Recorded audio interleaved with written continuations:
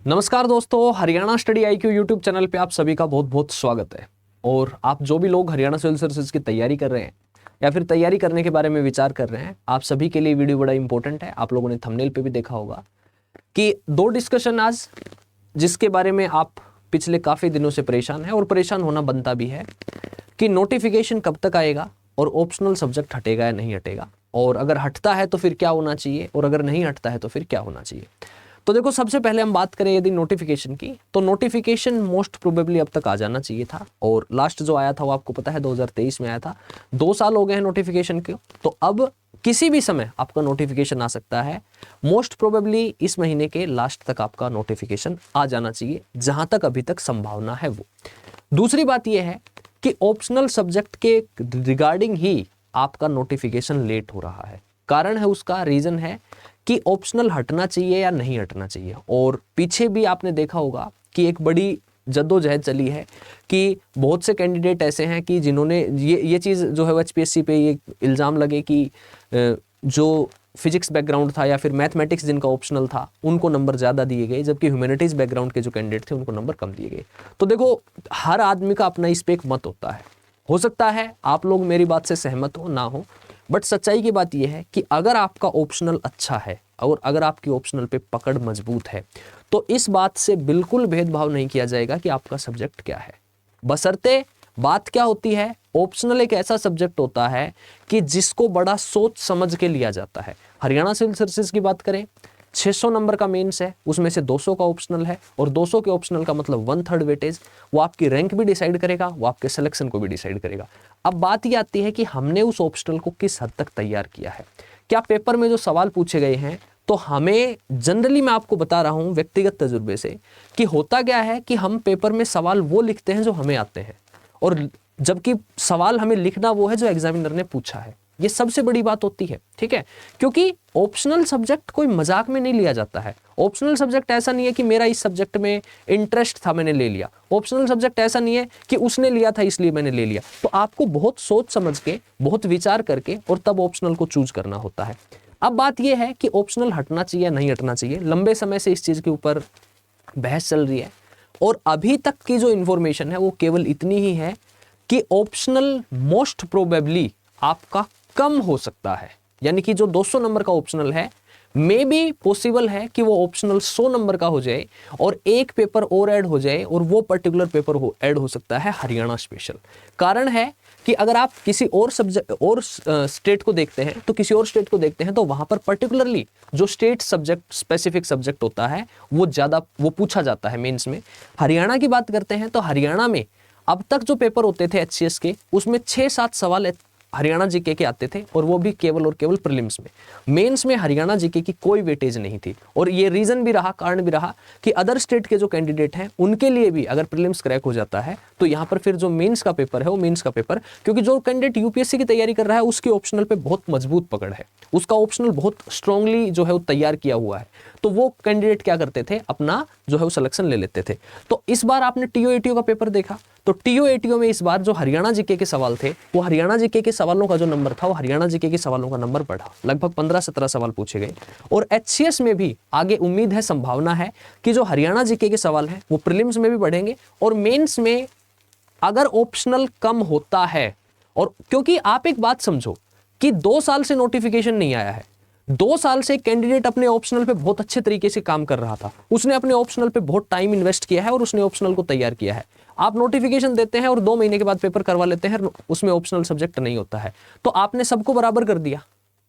मानते हो कि नहीं मानते हो? तो इसलिए क्या है कि अगर ऑप्शनल हटता है तो मे भी पॉसिबिलिटी है कि हरियाणा सरकार अपना गैजेट जारी करेगी, गैजेट में वो पेपर का पैटर्न बताएंगे। गैजेट में ही उन्होंने जो टीओ एटीओ का पेपर आया था वो गैजेट में बताया था, और उसमें वो बताएंगे कि ऑप्शनल सब्जेक्ट के रिगार्डिंग उनका जो है वो स्टैंड क्या है। तो अभी तक ये है कि ऑप्शनल हट नहीं सकता, ऑप्शनल का मार्क्स कम हो सकते हैं, ऑप्शनल की वेटेज कम हो सकती है। हो सकता है 200 नंबर की जगह 100 नंबर का पेपर हो जाए और 100 नंबर का हरियाणा स्पेशल हो जाए, तो फिर 600 नंबर में से और 100 नंबर का ऑप्शनल रहेगा। या फिर पॉसिबल ये भी है कि कुछ स्टेट हैं जिन्होंने ऑप्शनल सब्जेक्ट को क्वालिफाई कर रखा है कि ठीक है आप इतने % नंबर ले लीजिए, उससे ऊपर आपके जो नंबर है ऑप्शनल सब्जेक्ट के नहीं हटेंगे। कारण होता है यार, ऑप्शनल सब्जेक्ट ऐसा नहीं है कि ऑप्शनल सब्जेक्ट कोई मजाक होते हैं। ऑप्शनल सब्जेक्ट यूपीएससी पूछती है, कारण है उसका, रीजन है कि कल को आप एडमिनिस्ट्रेटिव पोस्ट पे जा रहे हैं, आप उस एडमिनिस्ट्रेटिव पोस्ट पे जा रहे हैं, तो वहां पर अगर आप जाके बैठते हैं तो आप हर चीज के जानकार नहीं हो सकते हैं, लेकिन आपके पास कोई रूल है, कोई रेगुलेशन है, आपको किसी भी तरीके से अगर कोई भी जो है वो पॉलिसी इंप्लीमेंट करवानी है, आपको उसके बारे में डिटेल पढ़ना है, तो आप उसको पढ़ के समझ सकते हैं। ऑप्शनल जो होता है वो आपकी मर्जी का होता है, जो सब्जेक्ट कि जिस सब्जेक्ट में आप चाहें कि हाँ ये सब्जेक्ट में कंफर्टेबल हूं, उस सब्जेक्ट को आप कितने हद तक, कितनी गहराई से, कितने उसका विश्लेषण कर सकते हैं और कितने अच्छे तरीके से उसको पढ़ सकते हैं। तो अभी तक जो संभावना है वो यही है कि ऑप्शनल का वेटेज कम हो सकता है और एक पेपर हरियाणा स्पेशल का ऐड हो सकता है। ऑप्शनल बिल्कुल हट जाएगा सिरे से, ये चीज गलत है। तो इसलिए जो भी कैंडिडेट अपनी ऑप्शनल की तैयारी कर रहे हैं या फिर पिछले समय से ऑप्शनल तैयार करते हुए आ रहे हैं, तो आप थोड़ा सा ऑप्शनल पे अब आप काम करना कम कर सकते हैं। कारण है उसका, नोटिफिकेशन किसी भी समय आ सकता है, प्रीलिम्स जो होगा वो नोटिफिकेशन के 2.5-3 महीने बाद हो जाएगा। इसलिए अब आपका जो इंक्लिनेशन है, अब आपका जो प्रिपरेशन का जो गियर है, वो आपका किस तरफ शिफ्ट हो जाना चाहिए, वो आपका प्रीलिम्स की तरफ शिफ्ट हो जाना चाहिए। आप धीरे धीरे जो मल्टीपल चॉइस क्वेश्चन है, मैंने पहले बताया था आपको, पिछले 10 सालों के यूपीएससी के 2013-14 से लेके 2024-25 तक के यूपीएससी के जितने भी प्रीवियस ईयर पेपर आए हैं, सारे बैठ के लगा लो, क्योंकि टीओएटी का जो पेपर आया था उस पेपर का लेवल आपने देख लिया होगा किस तरीके का पेपर आया था। And prelims is more challenging than the mains. कारण है उसका, क्योंकि नंबर ऑफ पोस्ट अगर आपकी मान लो 130, 140, 150 आती है, तो 15 गुना या 18 गुना कैंडिडेट को बुलाएंगे, तो लगभग 2-2.5 हजार कैंडिडेट ही ऐसे होंगे जो मेंस में बैठेंगे। और वो जो 2-2.5 हजार कैंडिडेट होंगे उनमें आना जरूरी है पहले, तभी आपकी जो राइटिंग स्किल है, आप कितने अच्छे तरीके से अपने आप को एक्सप्लेन कर सकते हैं, एक्सप्रेस कर सकते हैं, वो तभी तो वहां पे आप पहुंच पाएंगे।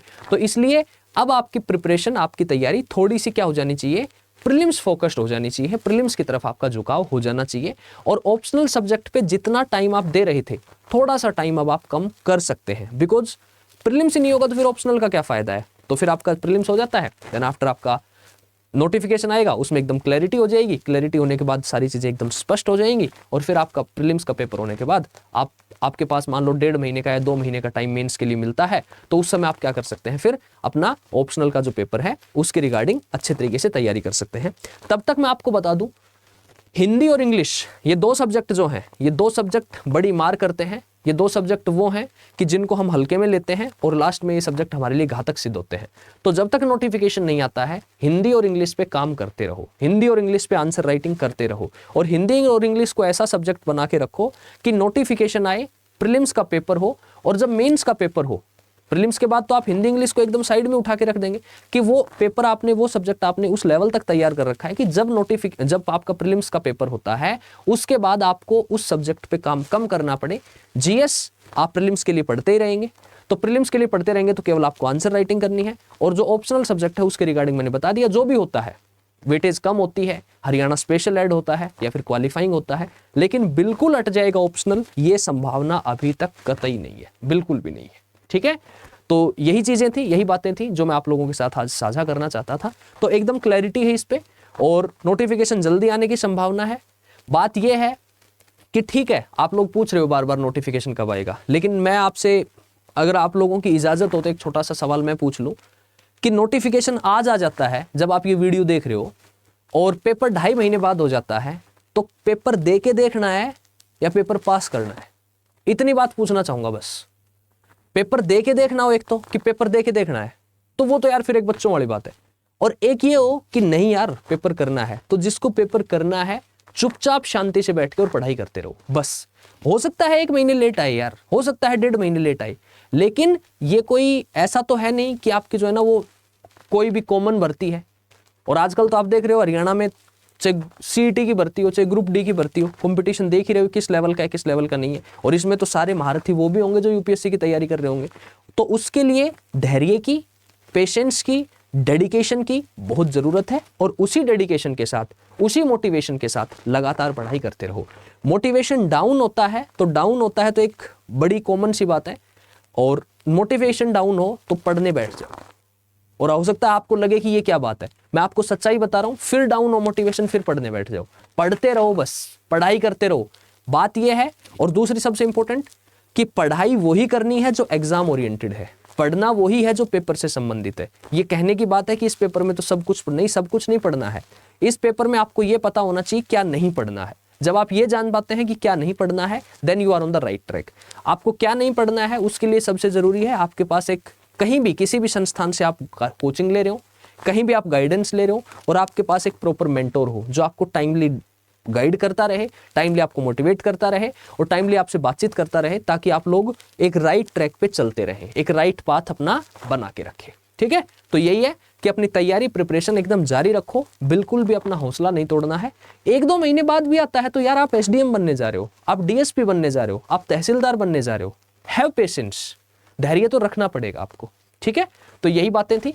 इसके अलावा मैं आपको एक और बात बता देता हूं कि जो लोग तैयारी कर रहे हैं उन सभी के लिए भी, और जो लोग आगे फ्यूचर में तैयारी करने के बारे में विचार कर रहे हैं उन सभी के लिए, यदि आप लोग चाहते हैं कि आपकी तैयारी एक सिस्टमेटिक वे में हो, आपको एक मेंटोर मिले, आपको आंसर राइटिंग के लिए एक जो है इवेल्युएटर मिले, तो आपकी जो भी इस एग्जाम को क्रैक करने की नीड्स है, जो भी ज़रूरतें हैं, कि जो ज़रूरतें इसलिए इंपॉर्टेंट हैं कि इनके बिना आपका पेपर पास कर पाना लगभग असंभव है। मतलब ये तो नहीं कह सकते बिल्कुल असंभव है, लेकिन मैं एक सच्चाई की बात बताता हूँ कि आप किसी भी सेलेक्टेड कैंडिडेट से पूछ लेना, किसी न किसी अच्छे संस्थान में, किसी न किसी अच्छे मेंटोर के अंडर उन्होंने मेंटोरशिप ली होती है। गाइडेंस का बहुत बड़ा रोल होता है, बहुत। मैं आपको बता रहा हूँ यार, लोग ऐसे ऐसे हैं जो भटकते रहते हैं, 2-2 साल तक ये नहीं पता चलता इस प्रिपरेशन में कि पढ़ना क्या है। पढ़ भी रहे हैं, मेहनत भी कर रहे हैं, लेकिन किस दिशा में कर रहे हैं डोंट नो। तो उन सब चीज़ों के लिए, आपकी जो नीड्स हैं उनको फुलफिल करने के लिए वी आर हेयर, हम यहाँ आपके पास हैं। मेरी टेलीग्राम आईडी है geography by Narendra sir, NARENDRA। Feel free to contact with me. कोई भी अगर आपको डाउट होता है कभी भी आप मेरे से कॉन्टैक्ट कर सकते हैं। इसके अलावा यदि चाहते हैं कि आपकी सारी नीड्स पूरी हो तो उसके लिए हमारा एक बैच है। सिंपली गूगल ओपन करना है, गूगल ओपन करके यहाँ सर्च करना है स्टडी IQ, सबसे पहले लिंक पे जाना है और सबसे पहले लिंक पे जाके और यहाँ स्क्रॉल करके और थोड़ा सा नीचे आएंगे तो स्टेट PCS दिखाई देगा। स्टेट PCS में आपको हरियाणा पे आना है और जब आप हरियाणा पे आएंगे तो यहाँ आपको RM 15.0 बैच नजर आ जाएगा। तो यदि आप लोग चाहते हैं हमारे साथ जुड़ना, आप चाहते हैं हमारे साथ जो है वो इस तैयारी में आगे बढ़ना, तो ये जो बैच है ये पर्टिकुलरली HCS के लिए ही डिजाइन किया गया बैच है। इसकी डिटेल्स देख लेना पहले, क्योंकि जब भी आप अपनी हार्ड अर्न मनी अगर पे कर रहे हो तो सबसे पहले आपको ये पता हो कि उसके बदले आपको क्या मिल रहा है। तो उसके लिए डाउनलोड ब्राउजर करना है, यहाँ पर डिटेल्स पढ़नी है। पहले डिटेल्स देखेंगे। 8 दिसंबर से ये बैच शुरू हो रहा है। इवनिंग में 6 बजे से 9 बजे तक क्लासेज होंगी। तो जो वर्किंग प्रोफेशनल हैं, जो दिन में ड्यूटी करते हैं, तो यदि आप लोग लाइव क्लास अटेंड करना चाहते हैं तो ये बैच आपकी जो नीड्स है उसको फुलफिल करेगा। इसके अलावा यदि इस बैच के फीचर्स ढंग से देखेंगे, आप पूरा पढ़ेंगे इसको, तो यहाँ पर आपको लगभग 1100+ घंटे के लाइव लेक्चर मिलेंगे।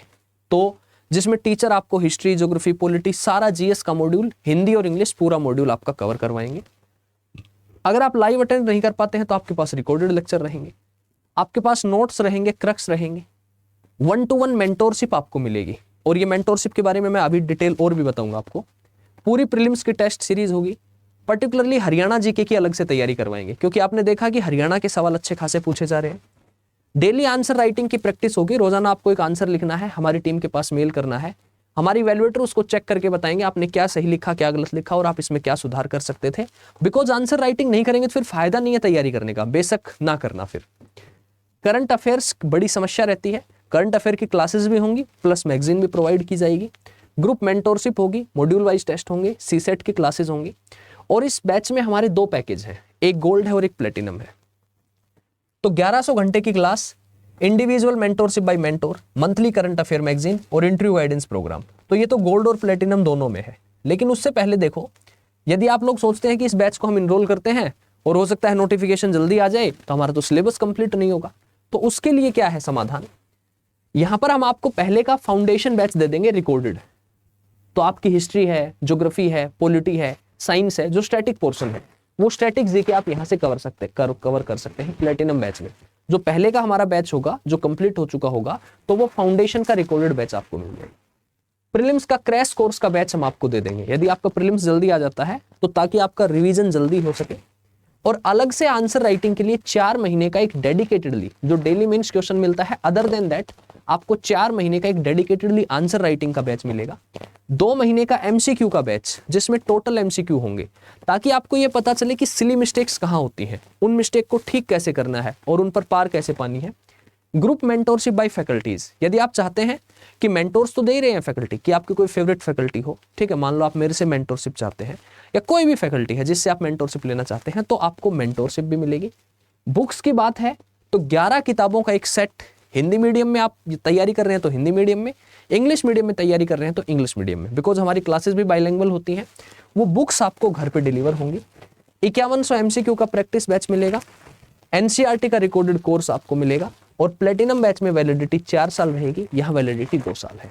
और जैसे ही आपका प्री क्लियर होता है आपकी फुल फीस आपको रिफंड कर दी जाएगी, ठीक है, चाहे आप किसी भी बैच में इनरोल हैं। अगर हम प्राइस की बात करें तो there is no need to pay this amount, ये अमाउंट पे नहीं करना है आपको। यहाँ पर जो लिखा हुआ है वो आपको पे क्या करना है मैं बताता हूँ आपको। यहाँ पर देख सकते हैं आप कि ये जो बैच है इसमें अगर हम देखें तो जो गोल्ड बैच है और प्लेटिनम बैच है, तो प्लेटिनम बैच का जो प्राइस है वो 25,999 है। बट यहाँ पर आप थोड़ा स्क्रॉल करेंगे, थोड़ा सा स्क्रॉल करके आप बाई नाउ पे जाएंगे, और बाई नाउ पे जाने के बाद यहाँ कूपन कोड लगा लेंगे, एंटर कूपन कोड, और कोड नजर आ रहा होगा आपको नीचे स्क्रीन पे भी लग रहा होगा, NKLIVE, और जैसे ही इस कोड को अप्लाई किया आपको 7,000 रुपए का डिस्काउंट यहाँ पर मिल जाएगा। तो इस बैच को आप क्या कर सकते हैं, यहाँ पर आपको दिख रहा होगा ये जो डिस्काउंट है ये 7,000 रुपए का डिस्काउंट है, और ये जो बैच है मिल गया आपको 18,999 का by using the code NKLIVE। इसके अलावा कोई डाउट रहता है, अच्छा ये बैच अगर गोल्ड लेना चाहते हैं तो 11,999 का है। तो मतलब ये है कि आप खुद देखो ये फीचर्स को कि हाँ ये फीचर्स आपकी तैयारी के लिए, आपकी प्रिपरेशन के लिए जरूरी है या नहीं है। आपको लगता है कि हाँ यार दिस इज रिक्वायर्ड, जरूरी है, so you can join this, आप हमारे साथ ज्वाइन कर सकते हैं। और आप पूछते हैं ना मोटिवेशन, मैं आपको बता रहा हूँ मोटिवेशन सबसे अच्छा कहाँ आता है, जब क्लास अटेंड होती है। रोज क्लास अटेंड होगी, रोज टीचर आएगा, रोज आपको पढ़ाएगा, उससे बेस्ट मोटिवेशन नहीं हो सकता। अगर मोटिवेशन डाउन हो रहा है join the class, motivation down हो रहा है स्टार्ट रीडिंग, पढ़ना शुरू कर दो, मोटिवेशन अपने आप आएगा, ठीक है। तो ये चीजें हैं।